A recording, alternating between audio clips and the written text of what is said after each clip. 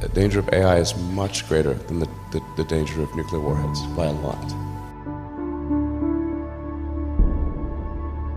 Mark my words, AI is far more dangerous than nukes. Artificial Intelligence atau AI adalah kecerdasan buatan yang diciptakan oleh manusia. Sebelum masuk ke dalamnya, sebenarnya apa itu kecerdasan? Kecerdasan adalah kemampuan dan kapasitas untuk abstraksi, logika, pemahaman, kesadaran diri, belajar, pengetahuan emosional, penalaran, perencanaan, kreativitas, berpikir kritis, dan pemecahan masalah. AI ini bermula dari kemunculan komputer sejak tahun 1940-an yang didasari meniru kemampuan dan perilaku manusia. Komputer awalnya diciptakan untuk compute atau menghitung. Namun lama-kelamaan terjadi perubahan yang justru sangat cepat sekali.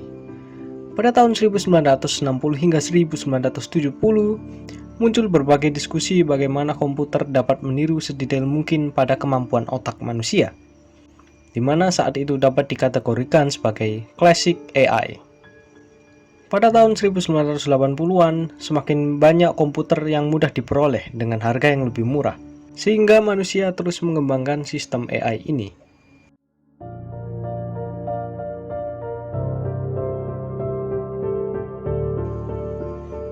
AI dapat berkembang seiring berjalannya waktu layaknya manusia. Sepanjang waktu kita belajar, mengamati objek, dan beraktivitas untuk berkembang. AI juga melakukan hal yang sama. Jika dibandingkan, saat manusia belajar memperdalam teknologi komputer selama 3000 tahun, AI hanya perlu belajar selama 40 tahun untuk memperoleh hasil yang sama. Wow.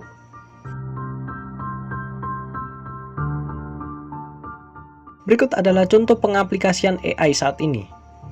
Sumber berdasarkan STT Indonesia. Yang pertama, sistem pakar. Bidang ilmu ini mempelajari bagaimana membangun sistem atau komputer yang memiliki keahlian untuk memecahkan masalah. Dengan sistem ini, permasalahan yang seharusnya hanya bisa diselesaikan oleh para pakar atau ahli, dapat diselesaikan oleh orang awam atau orang biasa.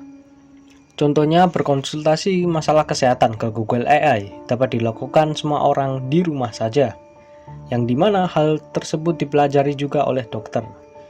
Jadi, AI bisa melakukan sistem pakar atau konsultasi.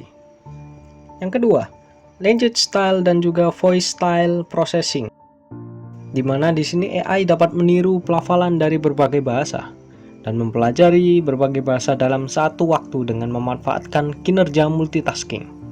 Untuk contohnya ada Google Translate, Bing Translator, Google Voice, dan masih banyak lagi. Kita ambil contoh Google Voice. Dengan cara kita berbicara di depan perangkat, AI dapat membedah audio menjadi teks yang dapat dimengerti, sehingga dapat mencarikan apa yang kita mau. Alexa, how tall is Mount Everest? Mount Everest's height is 29,029 feet, 8,848 meters.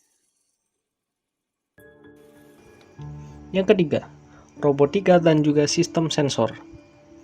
Bidang ilmu inilah yang mempelajari bagaimana cara merancang robot yang berguna bagi manusia dan dapat membantu manusia, bahkan yang nantinya bisa menggantikan fungsi dari manusia.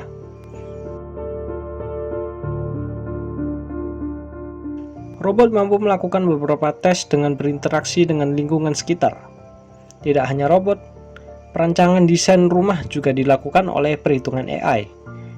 Biasanya dipakai oleh para arsitektur. Yang keempat, computer vision.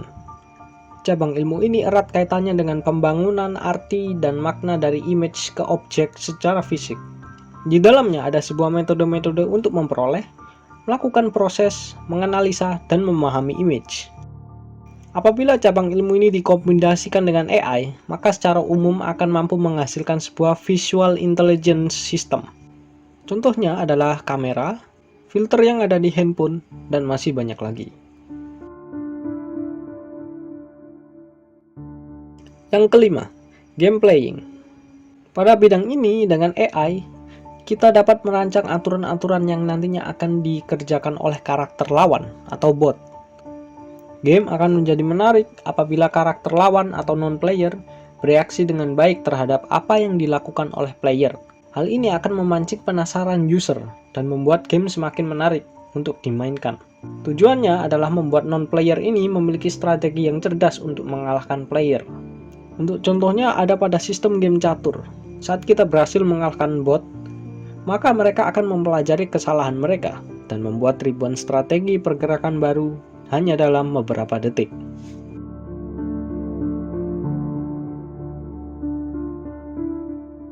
Pertanyaannya, apakah AI ini adalah hal yang berbahaya?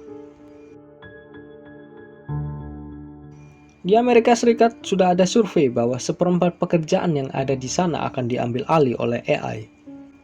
Pekerjaan yang dapat diambil alih oleh AI diantaranya driver atau supir, chef, programmer, barbershop, workshop atau bengkel, kasir, musik composing, dan masih banyak lagi.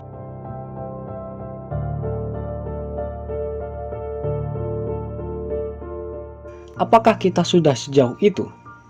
Apakah masih aman? Apakah teknologi secepat itu? Mesin bisa menghitung, manusia punya pemahaman. Mesin punya instruksi, manusia punya tujuan. Kita seharusnya nggak perlu khawatir akan kemampuan AI, karena satu hal yang pastinya hanya dimiliki oleh manusia, yaitu bermimpi. Bermimpilah, hingga mimpi itu terwujud.